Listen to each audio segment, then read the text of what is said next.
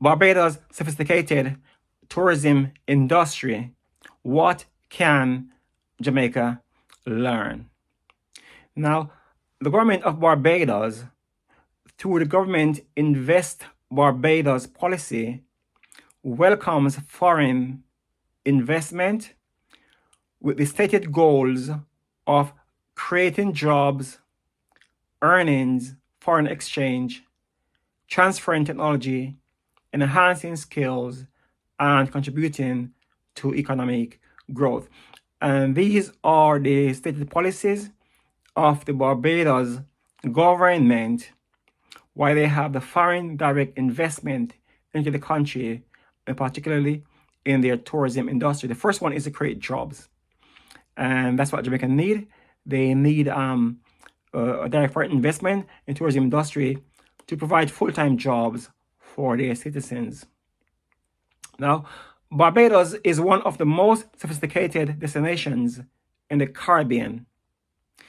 Concorde had daily flights to just 4 places in the whole world: New York, London, Paris, and Barbados. It has one of the largest restaurant scenes in the region.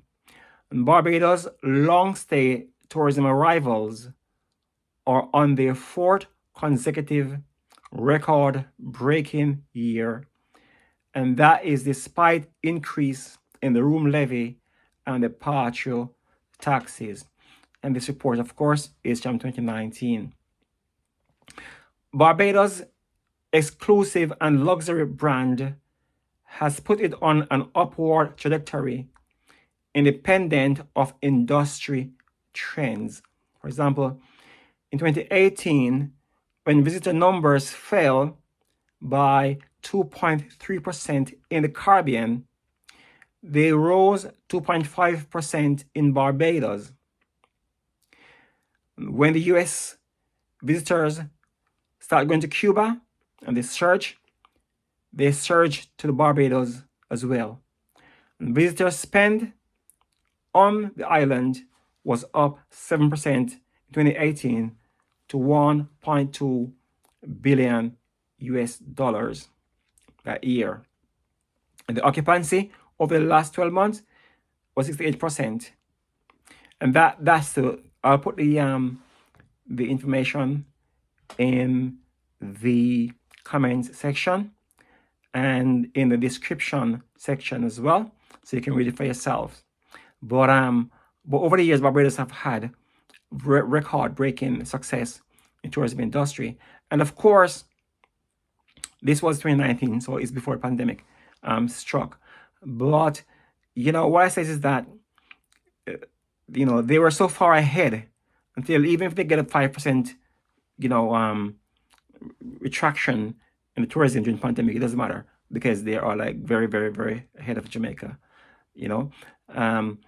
Barbados is 3 times richer than Jamaica, and Bahamas also is 3 times richer than Jamaica.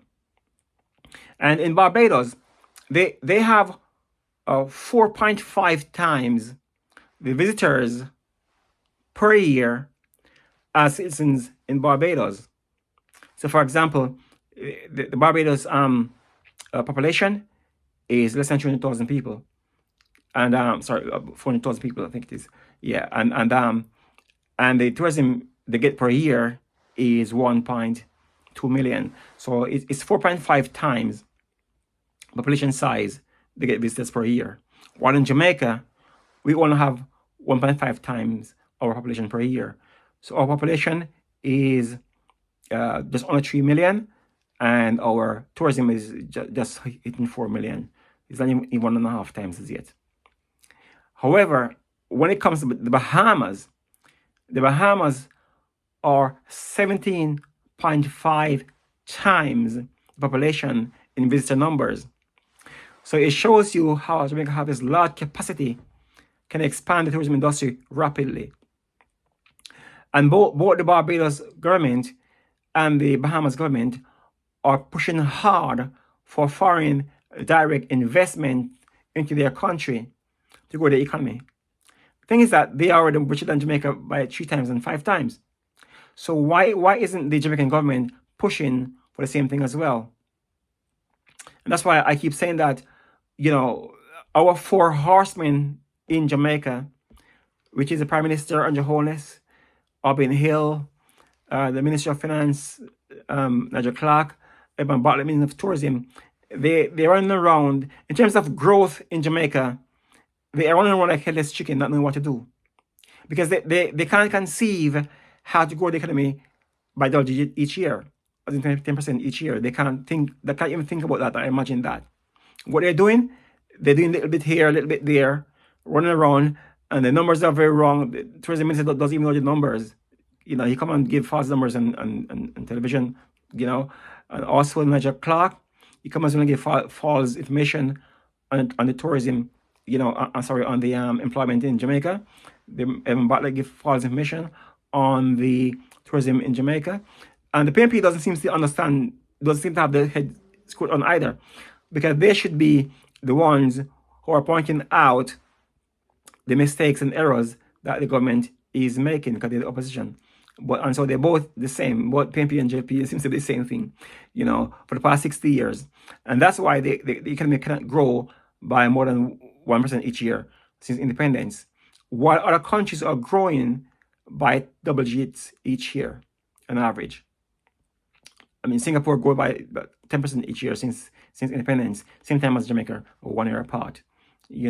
Barbados, them growing by like average 8%, 7% each year. Bahamas, all these countries, but we are stuck on 1% each year.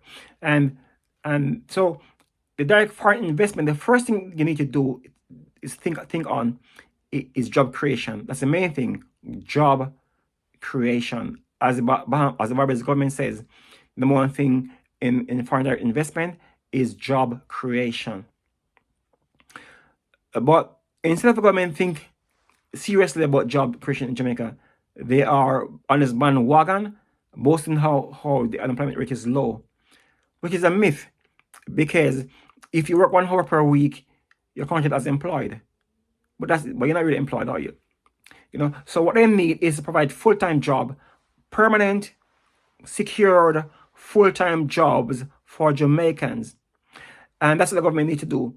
If the government can provide permanent full-time jobs for Jamaicans, even if it's minimum wage, and if they could say that if people work 3 to 5 years in employment, in a secure job, paying their taxes and paying their NHT, National Housing Trust payments, then after 5 years, they will get a house, even if they're on a minimum wage job. And that is what I believe will prevent the young men in Jamaica from falling into criminality, and committing murders and running all kind of a risk. Because there need to be hope. The government need to put hope in Jamaicans. Because I live in England for over 30 years, and I can tell you that people in the UK as well, they have the same bad habits, aggression as Jamaicans. That's why people go to football, on the weekend, you see it on television in England, and they fight and they drink and they drunk and they do all kind of nonsense and fight and all that stuff. Call it football hooligans or whatever they call them. But at least those guys go to a job, even if the factories, even some can hardly even read and write properly, but they work in the factories. They're going to provide for them. They work in the factories, and they can marry, have a nice wife, nice children, and still live their life.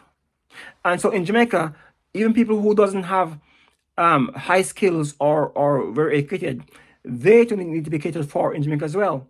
And the tourism industry is the best thing to do it. I heard Emma Bartlett rightly said a couple of years ago that tourism is the number one